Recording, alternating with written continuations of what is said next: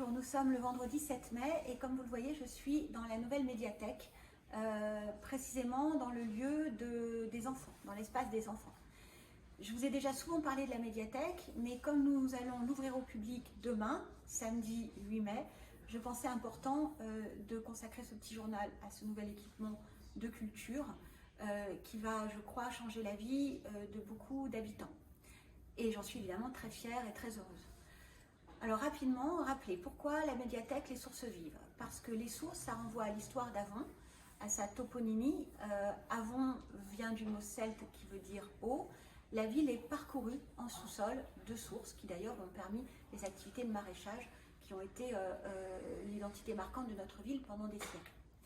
Pourquoi vive? Parce que ça fait référence à la métaphore de l'eau vive. L'eau vive comme une eau vive dont on a besoin, dont on a soif, l'eau vive de la connaissance, l'eau vive du savoir. Et vous verrez qu'ici, eh bien, vous trouverez tout ce dont vous avez besoin pour étancher votre soif de culture. L'organisation de la médiathèque, elle est sur un seul plateau, mais avec des espaces dédiés. Donc l'espace enfance dont je vous parlais, où je suis, il y a également l'espace pour la consultation des magazines, des périodiques.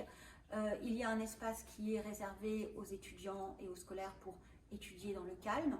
Il y a un espace qui est réservé aux jeux vidéo, qui seront bien sûr toujours encadrés et dirigés. Il y a un espace, enfin, aussi encore plus pour les petits sur le jeu, qui sera une ludothèque, une forme de ludothèque. Il y a une salle culturelle où auront lieu des événements à caractère évidemment culturel et artistique, mais qui sera surtout le lieu où se trouvera ce qu'on appelle la microfolie, qui est un dispositif d'État dont nous avons pu bénéficier, nous avons été éligibles. Dispositif extraordinaire, vous le verrez quand vous pourrez assister aux premières projections, qui vous permettra de visiter en 3D des expositions et des musées sur tout le territoire français. C'est un bel outil de culture à distance. La médiathèque, elle fonctionnera en réseau. C'est un équipement qui va travailler avec les autres, avec beaucoup de partenariats. Le premier partenariat, ça sera bien sûr celui avec la Maison dans la Vallée, qui est tout à côté. Les événements, les animations de la Maison dans la Vallée se feront en lien avec la médiathèque. Elle travaillera aussi, je l'espère, avec les autres médiathèques, en particulier celle de Fontainebleau. Je pense que le partenariat se mettra en place très vite. D'ores et déjà, nous avons le même logiciel de bibliographie, de nomenclature des livres. C'est déjà un point que nous avions acté au début du précédent mandat avec le maire de Fontainebleau. Ça sera aussi un équipement qui travaillera avec tous les grands événements culturels au niveau national, les journées européennes du patrimoine bien sûr, mais aussi par exemple le marché du livre de Paris, toutes les opérations de promotion de la lecture, de la culture. Eh bien, la médiathèque d'Avon en sera partenaire. En termes d'accueil, cette médiathèque, et pour moi c'est vraiment le plus important, ça doit être un équipement public pour tous, absolument pour tous. Tous les habitants doivent y trouver leur place. Alors évidemment, elle est totalement accessible aux personnes à mobilité réduite. Mais elle a été conçue à la fois pour les tout petits, parce que nous croyons que la culture l'apprentissage de la lecture en particulier, le goût de la lecture, doit se donner au tout début de la vie. Donc il y aura un espace enfance, petite enfance, avec des animations, vous les verrez très rapidement se mettre en place.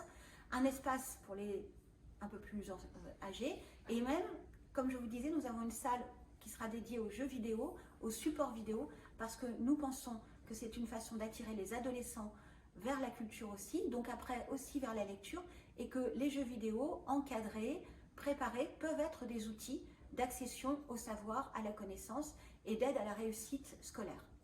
Un espace, comme je vous disais, pour les étudiants, ceux qui ont besoin de calme pour faire leurs devoirs et préparer leurs différents travaux pour les étudiants. Un patio, l'été, quand les jours seront un peu plus beaux, qui vous permettra d'avoir un espace de détente où vous pourrez lire dehors, peut-être au soleil, je l'espère. Un espace pour les seniors, bien sûr, qui vont être, je crois, nombreux à venir ici. Un espace avec des lieux confortables pour s'asseoir et puis, par exemple, pour consulter la presse avec l'espace des périodiques et des magazines qui sera très fourni. Voilà, donc la médiathèque, elle est à tous, pour tous. Information pratique, D'abord, elle aura quelque chose qui va correspondre beaucoup à ceux qui ont une vie active. C'est parfois difficile de pouvoir rendre les livres quand on a dépassé la date ou quand on s'en approche. On n'a pas toujours le temps de programmer un retour à la bibliothèque. Eh bien, il y a un automate à l'extérieur de la médiathèque qui vous permettra de rendre vos livres, quelle que soit l'heure et le jour. 24 sur 24, 7 jours sur 7, c'est une banque où vous aurez juste à déposer un guichet automatique où vous déposerez vos livres pour être sûr de rester dans les délais. De même, à l'intérieur de la médiathèque, il y aura un autre automate qui vous permettra d'emprunter et de rendre les livres sans nécessairement passer par le guichet, ce qui sera un gain de temps quand le guichet est peut-être, qu'il y aura peut-être déjà plusieurs personnes en train de discuter avec les documentalistes. Les tarifs, ils sont gratuits. La médiathèque est bien sûr gratuite pour vous, les habitants d'Avon, mais également les élèves et les étudiants qui sont scolarisés ou en études à Avon, je pense en particulier à ceux du lycée Uruguay, également pour les personnels enseignants qui travaillent sur Avon.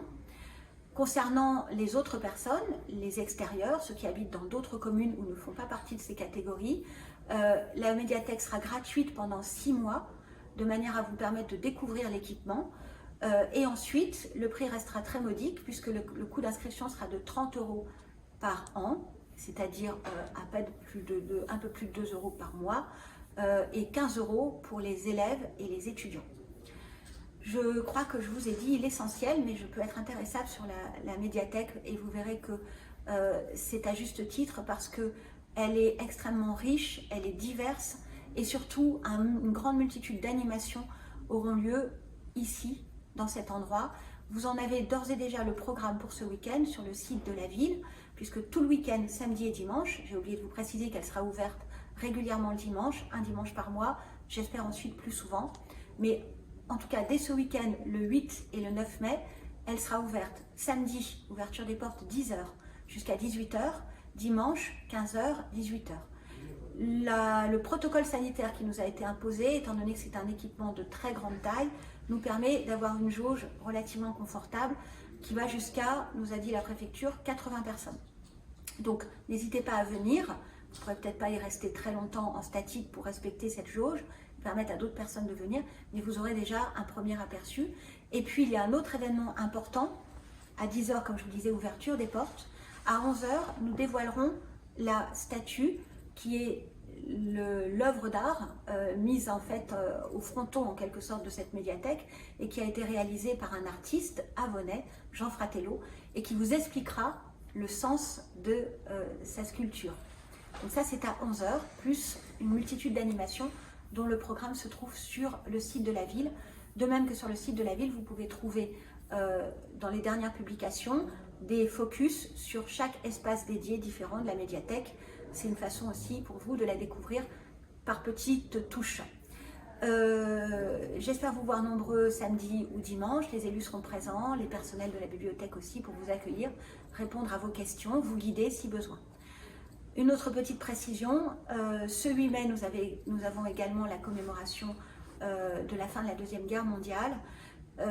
Pour des raisons sanitaires, là encore, comme l'année dernière, le protocole imposé par la préfecture reste strict et nous obligera à le faire en petit comité, mais vous aurez une vidéo qui sera diffusée dans la journée pour vous associer à cet hommage à ceux qui sont morts pour la France. Écoutez, je vous espère nombreux samedi et dimanche ici même.